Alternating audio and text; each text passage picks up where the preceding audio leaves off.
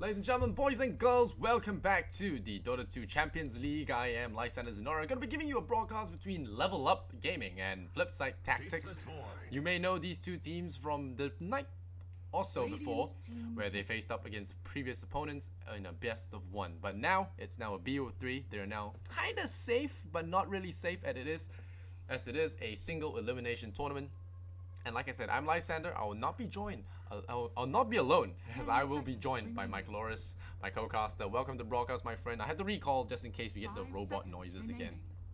All right. Hopefully everything is working just fine though, because we got ourselves an interesting game, which is made a little bit more interesting by the fact that we have ourselves a stand-in. Two people tagged as stand-in. Wagamama is not. Chessie is.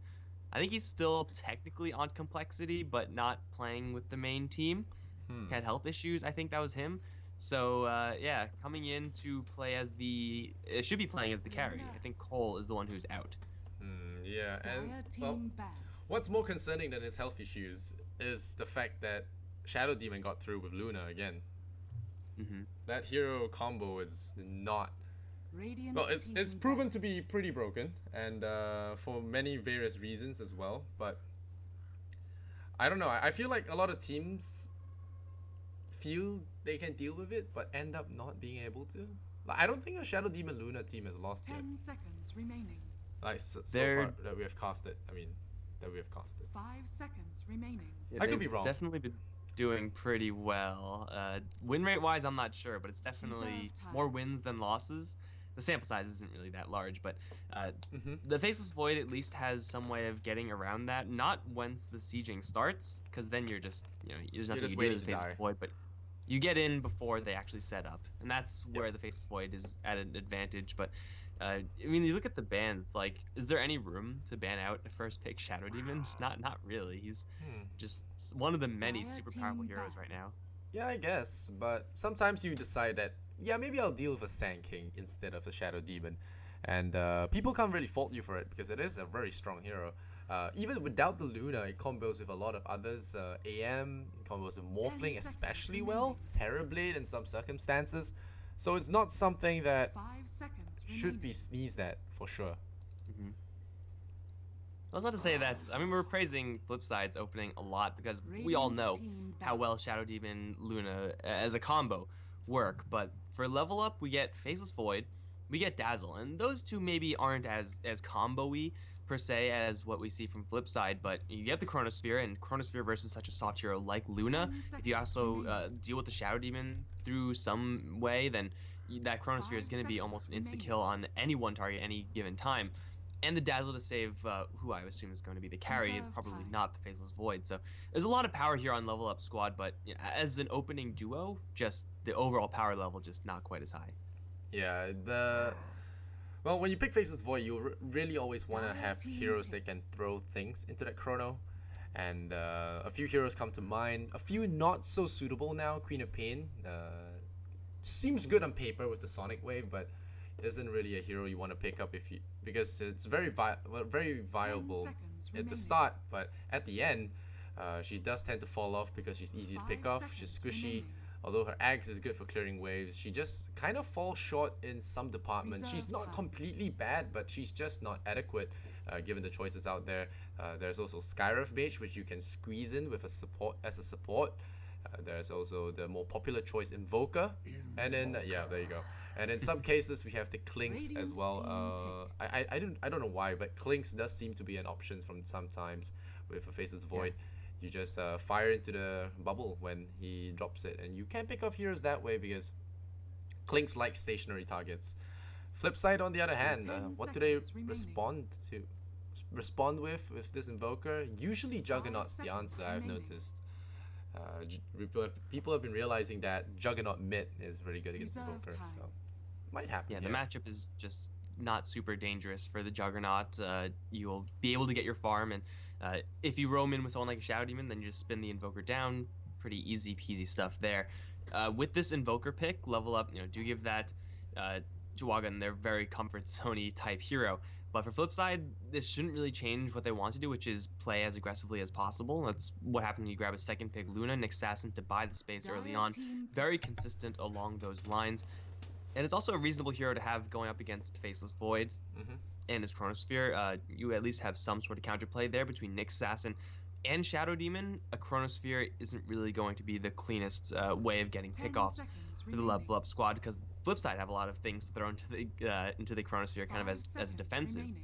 measure. So it is going to be a pretty decent game for Nyx Assassin here. Not the best right Reserve now, time. but for sure, as far as buying space is concerned, as far as setting up to take towers afterwards with the Luna, yeah, this is a pretty darn good pick.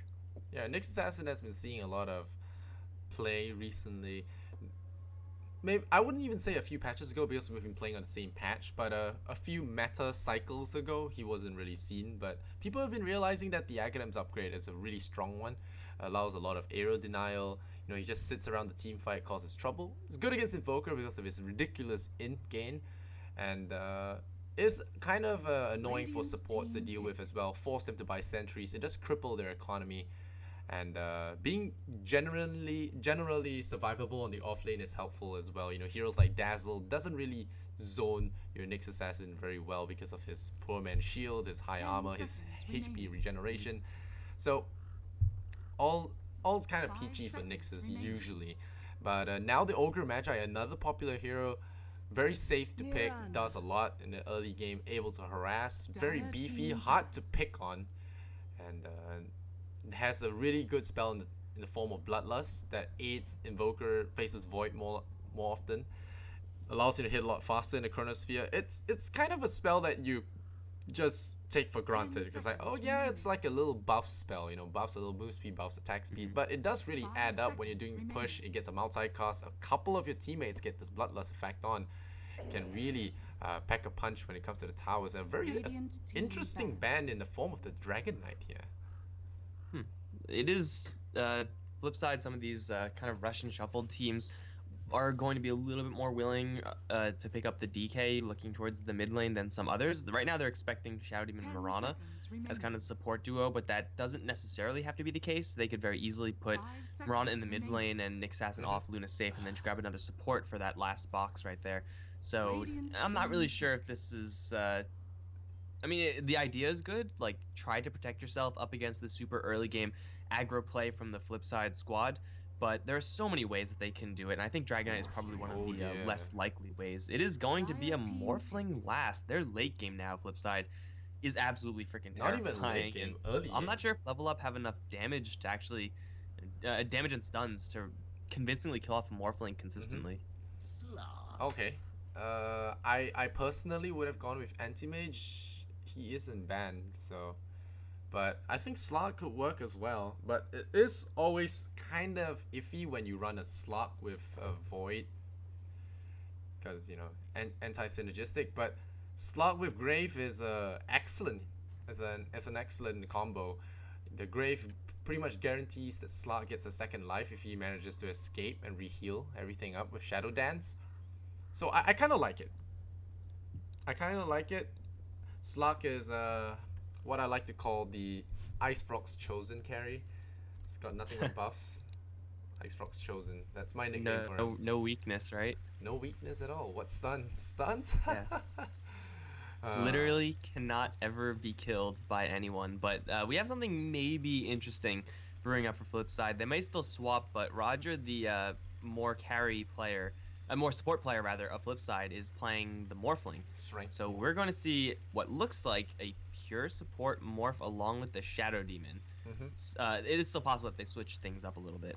Yeah. But what are your thoughts on support Morphling? Because I have some really strong opinions on it. I think that it's corny, but it could really work given the long duration of the stun. You really need it. So if you catch someone, say if you catch a Slot off guard with a 4-second stun, you could really blow him up. If you catch a Dazzle 4-second stun, Void 4-second stun, all these heroes are already susceptible to these hits. And usually the strength morph, the combo with Mirana, because Tame My Wild is on the Mirana now, is the good thing about it is the strength stun actually knocks the hero backwards. So it's very good for knocking them out of the creep wave so that your arrow can you have a straight line for your arrow. So I can see it happening. And he's gone for Iron Talon, so so I kind of Holy crap. Yeah, so I think it's gonna happen, guys. It's gonna happen. But he's Is there any, going like... for edgy morph. He's going full edgy though. He's going to jungle. Yeah, He's got I pretty don't think beefy I've armor seen though. this before.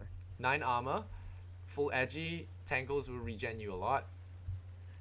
I don't know. I could Yeah, see it. 280 HP though. We'll keep an eye on him. Alright, we'll keep an eye on this thing. Yo, It's, I'm gonna watch. You watch the other things that are gonna be happening. I'll watch this guy. all right. We'll beat Lithiator. Do a new jungle strategy.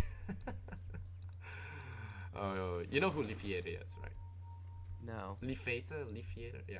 He's the Dota 2 subreddit's mod that always comes out with those ridiculous jungling strats. He was responsible for I know Ancient him. Necros Yeah. and Jungle Venomancer. 30 seconds. Jungle Yeah, he's Venomancer like- is legit though. On the battle of humanity versus cancer, he's on the side of cancer. Yeah, that's pretty much it. Yep. But his Veno guide, I gotta give him some props. It's actually pretty decent in games where you face up against a really greedy lineup, because the Veno hitting level 6 by 4 minutes is pretty stupid, yeah. So I must say that one's pretty good. But yeah, never gonna support Necros Ancients. battle Luckily begins. Valve removed it. They sensed it coming, so they took it out.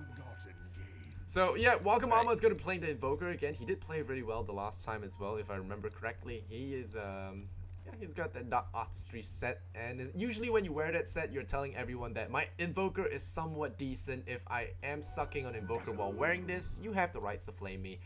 And Pwned is going to play Ogre Magi, the Walking Casino.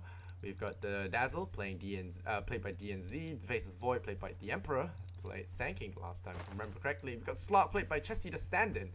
So, yeah, they're gonna be splitting up here, level up.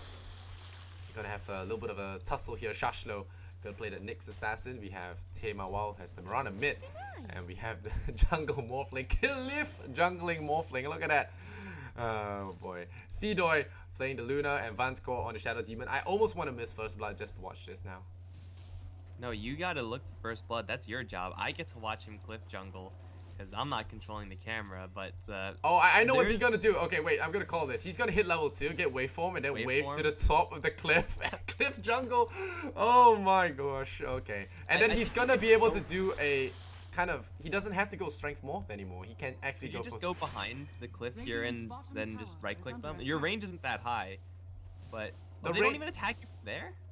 He doesn't even have to spend the mana. He can just stay in this corner here, and then you'll like only rarely get hit. But the downside of this is that You're playing one man there's, down in the early game. there's no one else helping the bottom lane, right? Yeah. Like this is a lane that's very abusable here by level up. They have the ability to just run at you and hope for the time lock. He already has Bloodlust on Pwn, so Emperor will get more chances at time lock more often.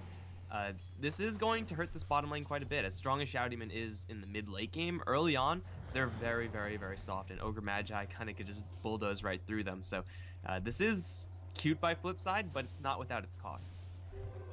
Well, he's level 2.5. But I think Ogre Magi, he smells something's wrong here, so he's gonna come in. And wow, a very quick sentry from Roger. Immediately scouts this one out. Perfect. Wow, look at that. He even preemptively sees this. And come on, Oh, you he's can't be still that going for it? greedy, right?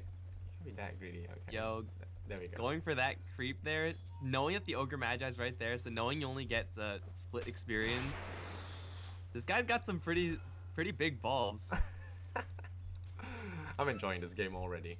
But Shashlo is gonna keep getting touched by this Dazzle, and it's not gonna matter too much because of that mega Sunstrike. regen he's got. Oh, Sunstrike missed. Oh, But Pwn is that's going a in with the problem, clubs. 'cause Sunstrike is like an insta kill versus a Morphling at this amount of HP. Not yet though. If they just put an Observer Ward here, then he can't jungle here anymore because he just gets Sunstruck and dies.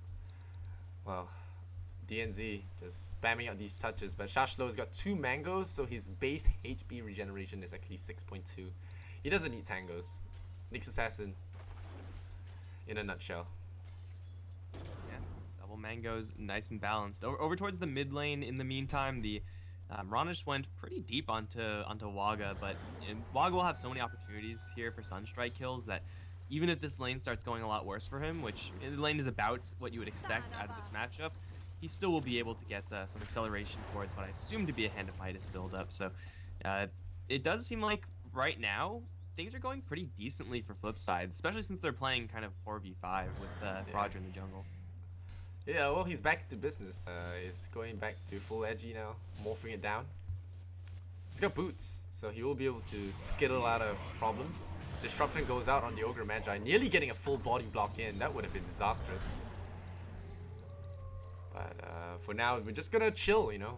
This unorthodox laning phase will not be punished because of the Dazzle pickup. I feel like the Ogre is there to support, but he can't really kill the jungler if he wants to keep the Void properly farmed, or if he wants to harass the mid lane. There's only one guy, and an Ogre can only do so much. The Dazzle is not really equipped for that kind of play, so that's why Flipside is getting away with this greed right now. And part of the builds of this bottom lane is also hurting them versus the Morphling, because you get the Bloodlust to try to play with your Faceless Void, right? Just try to roid him up and get more time locks. Because he's gotten the Bloodlust and obviously you get the Ignite, he doesn't have the Fire Blast. If he did have the Fire Blast, he'd be able to stun the Morphling and set up for a Sunstrike with almost 100% accuracy, but he doesn't have that yet. So he's not able to actually do anything versus Roger. Ogre. He's gonna find him, but waveform out. Where's Sunstrike? Sunstrike, Waga? 87? Nah. No, Waga. Not today, Waga. Still But nice yeah, if try.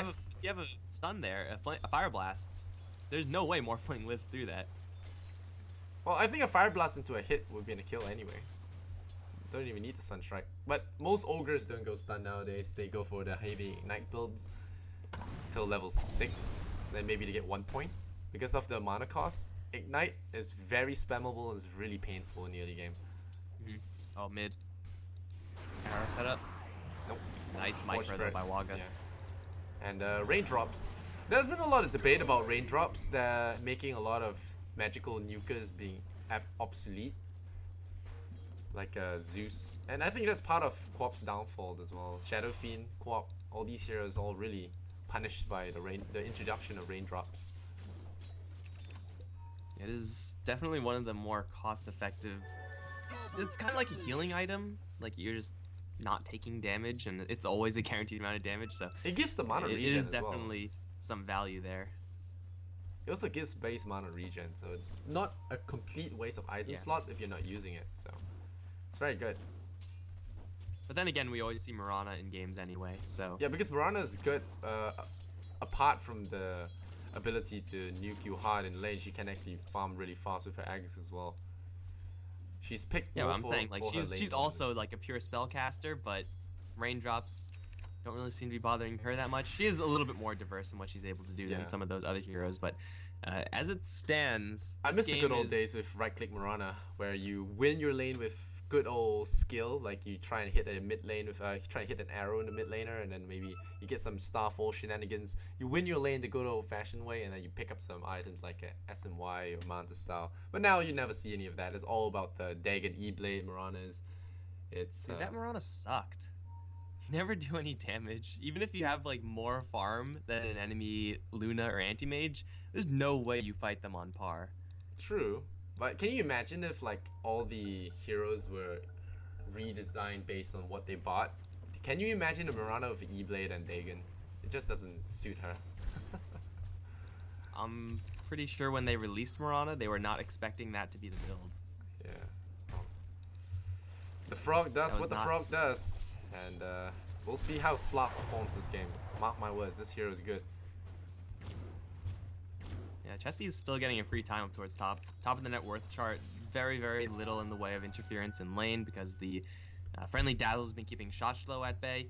Nyx Assassin also, his defensive power and his regeneration still applies in this lane, but as far as Spike Carapace defensively, it doesn't do anything versus Slark because Dark Pact will just constantly refresh and take off those stuns. So if they do find an opportunity to land a Pact Pounce, it is going to hurt every time. But with the Dazzle Slark lane, you're not looking for kills. Are they going for the especially stun on now? a Waveform. healing hero. Yeah, okay, they might actually go for the stun. This could be a first blood. The stun is gonna land the arrow. Ooh, no, missing there. But with the Lucent Beam, it should be enough. And I do like running the Strength Morph in the presence of the Luna because she does give some base damage as well. So the Morphling isn't completely hopeless in this situation. And yeah, it looks like it will actually be a strength more, so we are going to see some fancy footwork here. Meanwhile, Team Wild diving deep for Waga. There's the Nyx assassin there. The gank him from the side. The arrow will follow up. Wagamama will take a fall. 2-0 now in favor of Flipside. They go up quick and they take 2 quick kills after an 8-minute ceasefire.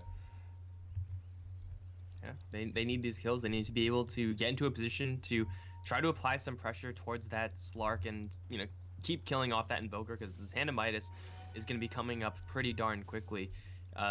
The Morphling support is now starting to actually kick into gear. Unfortunately, like, you got to be strength to be useful to your team, but agility to clear the jungle, so it's going to be pretty taxing on his mana pool. It's obviously the Arcane Boots being picked up on the Morph, but they're pretty much ready to look for these tempo-based pickoffs. They have level 6 on the Nyx Assassin. They obviously have Arrow. They have the Luna, who's always ready to go, so it is going to be level up under the gun for the next probably 5-ish minutes. You'd expect Flipside to be determining the pace of this game.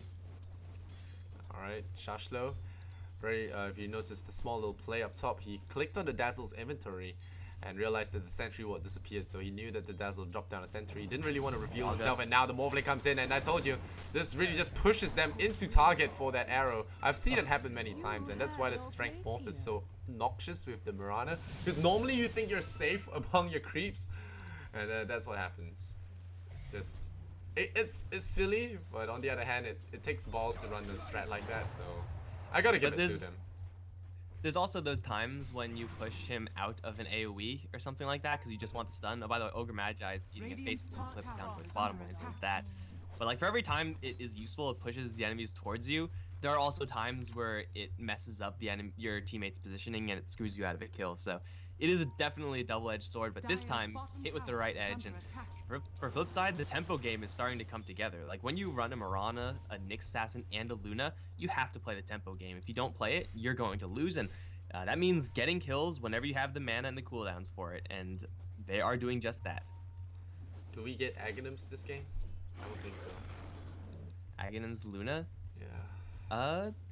This is actually one of the better ones for it. Yeah, there's no illusion generators, right? Yeah, there's no... I mean, there's Forge Spirits, I guess. Disruption? Emperor. Emperor thinking about a chrono, he did channel it up there, cancelling the backswing, not allowing it to go through. And with the replicate on Luna as well, I realized that they have a lot of ways of generating Lunas. I would like to have a Luna clone as well, guys. Dire's middle tower is under attack. Dude, the replicate just carries the Lunar Blessing also, so that's pretty sweet. Yeah. The Morphling can jungle now with more strength because he has the plus 14 damage. This is some next level hidden synergies. But you know, unfortunately, it's a level 1 replicate, so it's not. Oh, they're gonna run into the Morphling. Smoke. He's got 800 health. Will you be able to kill him? Fire Blast will start. I think they chrono this. Moonlight though, and too far. Gank averted, but Luna is ready with the counterplay. They have the Morphling ready to wave in for another stun. If he waves in and stuns someone, he could actually get a kill with the Mirana arrow. But Mirana's way up top, so there'll be no combo here. Let's take a look at net worth. We have Chessie sitting at 5,002. Unsurprisingly, top in the net worth as well. 4,009 on that Mirana. So I would say keeping on par, but Luna sitting at 4,000, the Void 3,005. Invoker actually suffering a lot in this early game. His Midas very delayed because of the 2 kills under the tower. So level up, not having the best start. Died, went back to the mid lane, then got like wrapped around by the Morphling and immediately died again. And what was he part of that smoke gank? I'm not actually sure. I think he was. So he just wasted his time there too. And it's a lot of time where Waga is just not sitting in a lane hitting creeps. And at this point in the game, that's all you want to do. Your Ogre Magi, Slark, and Faceless Void, they'll set up for your Sunstrike. You don't really have to do anything else except for find a safe place and never leave, but it doesn't seem like those really are plentiful across the map because the Chronospheres still haven't come. It's level 8 on the Faceless Void. This is going to be a very, very late first Chronosphere. Slot has the Shadow Blade now, so he hasn't shown it, so if he can actually run in here, they find the Observer Ward. Slot staying clearly out of this and maybe looking to get a jump on this on this team here with the Shadow Blade. He sees Sidoi. This could be a big chance for him to get in. Vanscore is going to be the hero of choice, but flip side, they have their Nyx Assassin in the way, blocking out, and now absorbing the hits there from the Eclipse there, but Sidoi is going to get caught out here. Emperor taking double hits there from that Starstorm, taking a lot of damage there. Roger waves into that Chronosphere, and now Emperor going to be stunned there forever. Gets plopped down there by one click, and that was just a whole set of unfortunate circumstances. Tame Wow getting another kill with a killing spree. Just too much magic damage going out here. And the Chronosphere, I would say a little bit delayed. The Slug started off, he wanted the Shadow Demon. He had the right idea, but his pounce latched onto the invisible Nyx Assassin. So very unfortunate there that the Shadow Demon was able to walk out of that gank. Yeah, they weren't able to just insta-give the Shadow Demon, then walk away because Shachlo was in the right place at the right time. The Faceless Void had a chance for an amazing Chronosphere when all of his allies were still alive, but got hit by an arrow, I think. Might have been like a Spike Carapace or something, but ended up getting stunned in the middle of a whole bunch of enemies and was kind of forced He to ate a lot of Chronosphere the out Eclipse as well. desperation. I think he ate a lot of the Eclipse. That was the main problem. Yeah, I mean, there was that too, but just by the time he used the Chronosphere, he was pretty much already dead, and all of his allies were also pretty much already dead, so you're not going to stick around and actually start hitting things. The Invoker Sunstruck, yes, but he wasn't actually in that fight, and everyone from the side was, so they just demolished that engagement, and well, now they're looking to, just play it a little bit slow until they get their double ags. Nyx Assassin and Mirana are about equally in their route there. Well, Chessie still trying to get a pick off with this early Shadow Blade. The first one didn't work out too well, and I feel like apart from the Shadow Demon or the Mirana, it's going to be very hard to kill any of the others. Roger does have that medallion now for that inevitable Rosh push. Still Chessie going to Shadow Blade, Radiant's bottom tower is under attack. trying to get some kills. But flip side and having none of that. They're just staying under the tower, playing disciplined Dota, baiting with the Morphling illusion. And we'll see. Oh, the heroes coming in. Chessie gets scouted out. They know the arrow will fly. Chessie getting caught. The Impale will chain stun him, and down he goes. And yeah, farming in the enemy jungle, very dangerous there. Pone gonna be stunned there for a good old 4 seconds. The Eclipse will come down, rain hell upon him, and Salamene claims another 10-1 level up. Wow, getting stunted in their growth here as Flipside just literally flipping the tables on them. Emperor, he's got his Chronosphere, but really no buddies to back him up with it. Invoker's the only combo piece. It's not even as if like Level Up don't have the right tools to kind of counter this. They're just never in the right spot. Flipside just have so many assertive kind of. Oh, Chrono, that's nice. Catches Vanscore as well. Catching Vanscore is the main target that they want to get the kill, but no, he gets disrupted on himself. But now the big impale from the side, they will blow up the Invoker and the Dazzle. They get one Shadow Demon, but how much is that gonna do? Chessie comes in, takes a waveform though. Gonna look for Sidoi, running in there, chops him once. The Force Spirits will do enough damage, but Chashlo is dominating with another land stun. And now Roger has that Adaptive Strike. He is thinking about it, trying to bait out the Dark Pack, and he will actually get Chessie, but Chessie will actually manage to disjoint that now with the Dark Pack. So holding onto the Dark Pack there, didn't get baited by that animation, and because of the slow travel time, Slot is able to anticipate it regardless of when he throws it out. So Leveled Up will not be getting another free kill out of that, but still, the Nyx Assassin initiations have been really on point. If you look at his goal now, he almost has that Aghanim Scepter this early in the game because he's 4-0. Roger's also been really good with his positioning, which with waveform and replicate, it's not super hard, but Morphling is a slow hero, so it is difficult to be in the right place at the right time all the time unless you get a Blink Dagger or Force Staff or something. But as soon as the Sunstrike was cast by the Invoker, the Morphling immediately stunned him. So during the duration of the Chronosphere, the Faceless Void was hitting them, but no one else was because the Nyx Assassin and the Morphling got to the heroes outside the Chronosphere and stunned them up and locked them down. I feel like Chessie should know he's being watched, right? Through the Chrono. Yeah, that Shadow Demon survived through the Chrono, and that was, I would say, that's a little bit of hesitation on the side of the Void's part. The arrow, oh boy, Chessie. These plays have been pristine. Flip side, man, they're on fire today. Level Up, but just getting stalled on.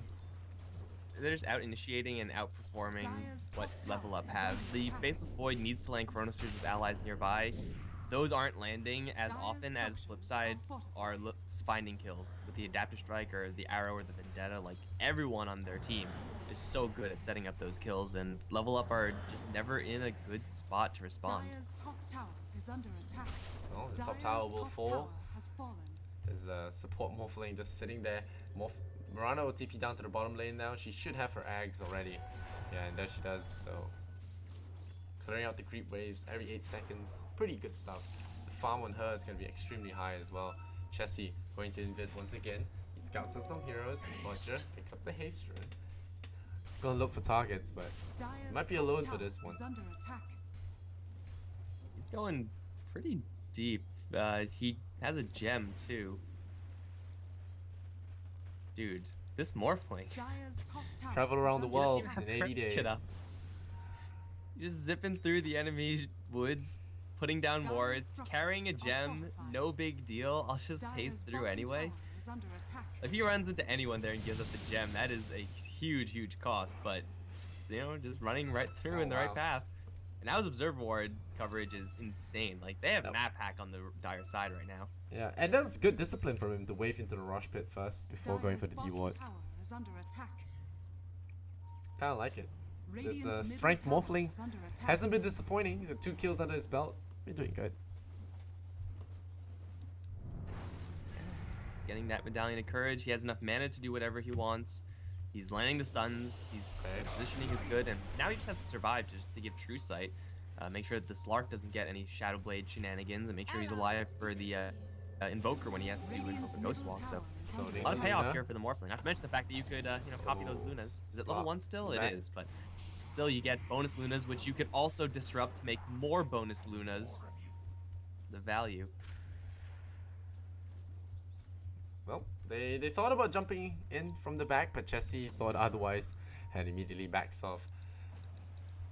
So right now, Roger, what's he gonna build towards next? Maybe do the support Morphlings go like Guardian Greaves, Blink Dagger, stuff like that? I think it's probably going to be a mobility item. You probably don't increase the medallion into a solar crest yet because physical right click on your side isn't that great. But yeah, just making sure that you're always going to land a perfect adaptive strike. I think that's the top priority right now for the morph. So I wouldn't be surprised if he goes for Blink Dagger or Force Staff or something similar. Yeah, 4 Staff is really common. And it can actually build into a Hurricane Pike if you do go that late. So it can be a backup carry Dire's item. bottom tower has fallen. But now the score is 14-3. It's really not looking good for level up, and I do like what they're doing here, avoiding all fights and trying to trade as many towers as you can. Because when you're behind, even a slightly unfavorable trade in normal circumstances is actually considered good because you still are getting you're still getting it for free. And now once again the stun from the Nyx Assassin, so much stars. Oh no, Emperor taking a lot of damage there. Seedoy with the Eclipse there. Wakamama getting caught out. The Grave going onto the Invoker. The Impale is going to miss, and the Ice Wall will keep them alive for now. Shashlo trying to get into play there. Oh, the stun pushes the Invoker onto the high ground. He will not be getting out of that. The arrow will chain, and oh man, this is just painful to watch. 16-3. The snipe potential from this team is just insane at this point. And Shashlo is enjoying himself. Not only does it give you that crazy range, it also reduces the cooldown to 6 seconds for the Impale. I think 6 seconds. Dire's middle tower is under attack. I mean, he's 7 just been seconds. playing an Yeah. amazing game, Shaj, though. It's not the Look at the easiest lane range. towards top, but he's been finding really great angles of initiation. Like, the Impales have not missed, and that's that's great for one thing. But they're also been hitting multiple heroes, which is all the more difficult to do on this spell, which is very difficult and very unwieldy. Oh, You're gonna find Bone. Bone on bottom. Yeah. Where's the arrow? You got a Barrow right next to him. No arrow. Barrow stun him. Don't need that. Yeah, look at that. It's pretty strong. Lurkers are pretty good, man. Lurkers are pretty good up against Bio, Ogre, Magi. Yeah, the good old Zerg is better than Horde, whatever. Yeah. Warcraft, Starcraft crossovers. Sure. I'm not sure, man. I'm not sure. I feel like, well, I don't know much about that Horde Alliance stuff. I never played WoW, but I mean, Zerg Warcraft are 3, strong, I can- orcs, is that the race of ogres? Yeah, orcs are weaker than the Zerg race, so Zerg is the better race, right? Orcs are the Protoss similar race, but they also have like trolls and I stuff, feel right? like the But, Night Elves are the Protoss. But I feel like we're also gonna get flamed for talking about Dota like this. no, Night Elves are hippies. So Vangscore is all Vangscore. alone, by the way. He's gonna get jumped and killed. Yeah, well, he did almost cast Purge. But these are all fakes, so the Luna clones are just in here. Wow, look at that. Wagamama taking half his hit points in terms of damage from this from this Luna spam. And yeah, it's a really annoying thing to deal with, and there is really no real counter unless you're a lion. So that's why a lot of heroes people have been picking up OD because of his orb destroying illusions. Dire's middle But still, tower is under attack. so it's still a rough game to play. Chessie does have his Echo Saber, Chashlo, undetected see there. him.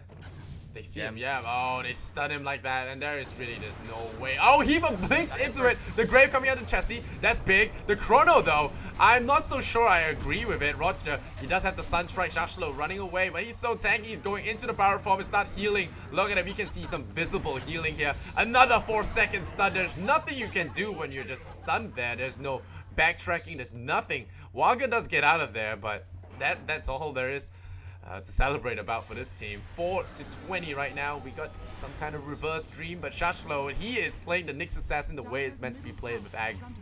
This is how it's supposed to be done. And now with the Force Staff, you can reposition your Barret unit as well.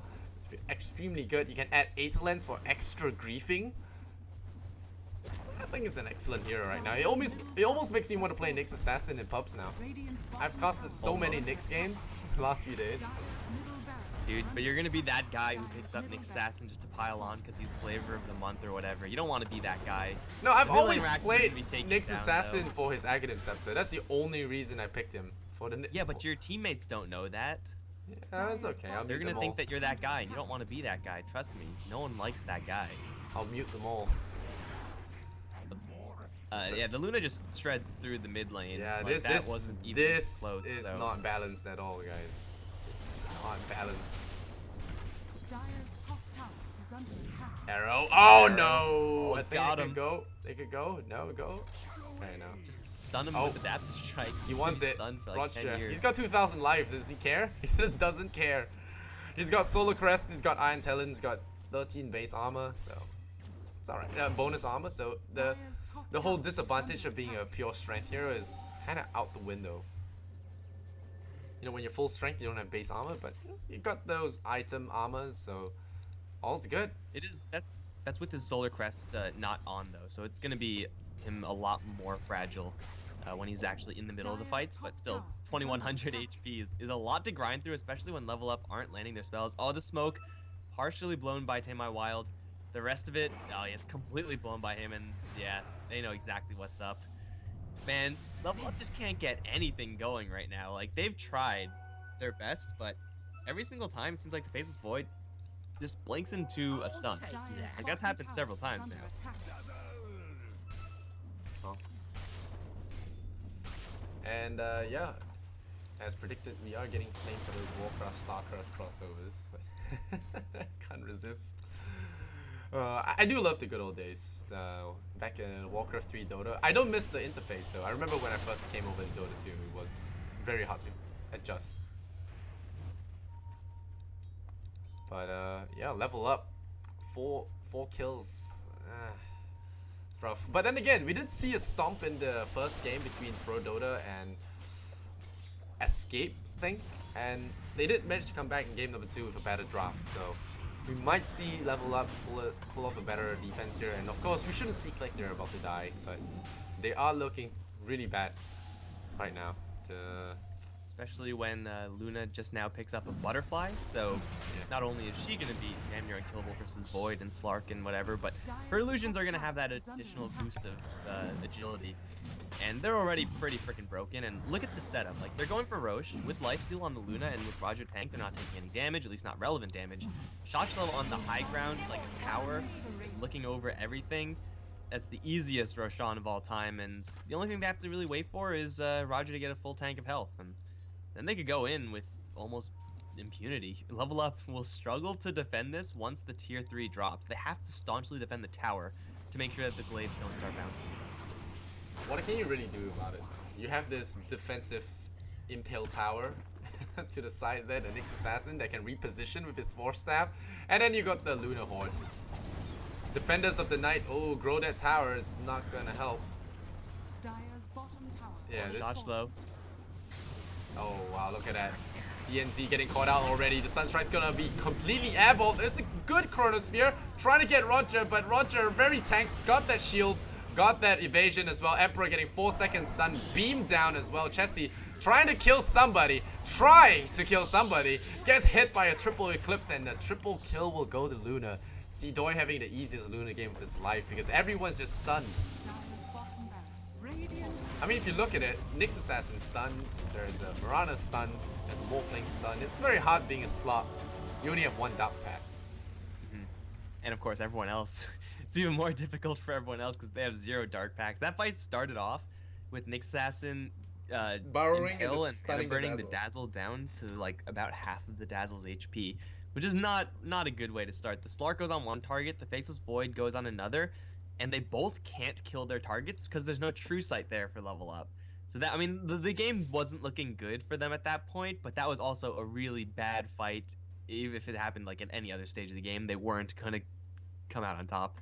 Yet even if you'd managed to detect him with your True Sight, you're not going to be able to kill him with that 40% damage reduction while he's on the ground. So it's just a fun hero, the cockroach as the Chinese call him. It's give it for a good reason, that name. But yep, that's going to be that. Game number 1 in the bags, and Flipside take an easy win, 24-4, an absolute destruction here of Level Up. We'll have to see if they can come back in game number 2. It only took 28 minutes, this one. This was pretty much a smackdown. We'll hope for a better game 2, more balance hopefully. But for now, we're going to jump into the next game. So without further ado, I will bid you guys goodbye for a while, and we'll be right back with game number 2. Shout out to Epic Esports Events as well as Face It for running this tournament. Much love and Kappa. See you in game 2.